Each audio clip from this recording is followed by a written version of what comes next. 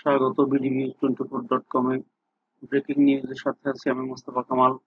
পলাতক সাবেক স্বরাষ্ট্রমন্ত্রী কামালের খুন, সন্ত্রাস, মাফিয়া সাম্রাজ্যের চিত্র ফাঁস। শুনলেন ব্রেকিং নিউজ, এবার বিস্তারিত। এক সময় কারওয়ান বাজার ও তেজগাঁয়ের মাস্তান হিসেবে পরিচিত ছিলেন আসাদুজ্জামান খান কামাল।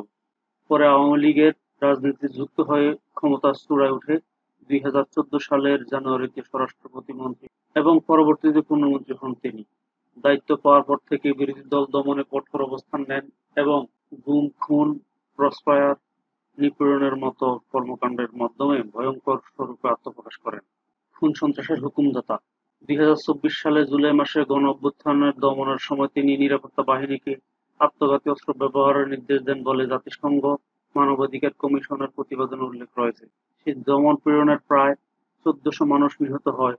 পুলিশের সাবেক আইজি চৌধুরী আবদুল্লাহ আল মামুন আন্তর্জাতিক অপরাধ ট্রাইব্যুনালে জবানবন্দিতে স্বীকার করেন যে তৎকালীন প্রধানমন্ত্রী শেখ হাসিনা ও স্বরাষ্ট্রমন্ত্রী কামালের নির্দেশে এসব হত্যাকাণ্ড ঘটনা ঘটে।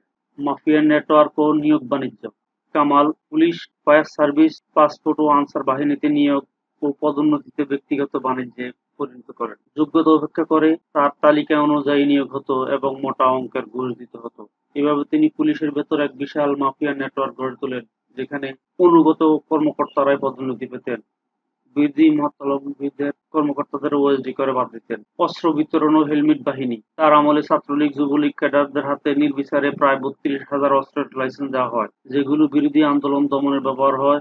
এ সময় তিনি গড়ে তোলেন কুখ্যাত হেলমেট বাহিনী, যারা সাধারণ ছাত্র ও সাংবাদিকদের উপর হামলা চালাত। গায়েবী মামলা ছিল তার আরেক কৌশল, যার মাধ্যমে মৃত মানুষকেও আসামি করা হয়েছে। দুর্নীতি, টেন্ডার, সিন্ডিকেট ও চাঁদাবাজি। দুর্নীতি, টেন্ডার, সিন্ডিকেট ও চাঁদাবাজি। দুদকের অনুসন্ধানে প্রকাশ, কামাল ও তার পরিবারের নামে 300 কোটি টাকারও বেশি অবৈধ সম্পদের প্রমাণ মিলেছে। নিয়োগ, বদলি ও টেন্ডার বাণিজ্যের মাধ্যমে তিনি কাঁড়ি টাকা হাতিয়ে নেন।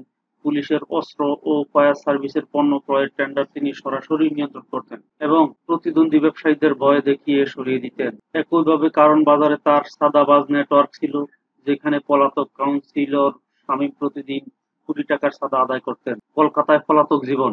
সরকার পতনের পর 2024 সালের 4 আগস্ট দিনাজপুরের হিলি সীমান্ত দিয়ে কামাল ভারতে পালিয়ে যান। বর্তমানে তিনি কলকাতা শোভাবাজারে এক বন্ধুর বাড়িতে আত্মগোপন অবস্থান করছেন। সেখানেও আওয়ামী লীগের পলাতক নেতাকর্মীদের কার্যক্রম তদারকি করেন এবং ভারতীয় ঘরানার গণমাধ্যমের মাঝে মাঝে অন্তর্বর্তী সরকারের বিরুদ্ধে বক্তব্য দেন। এতক্ষণ সাথে থাকার জন্য ধন্যবাদ।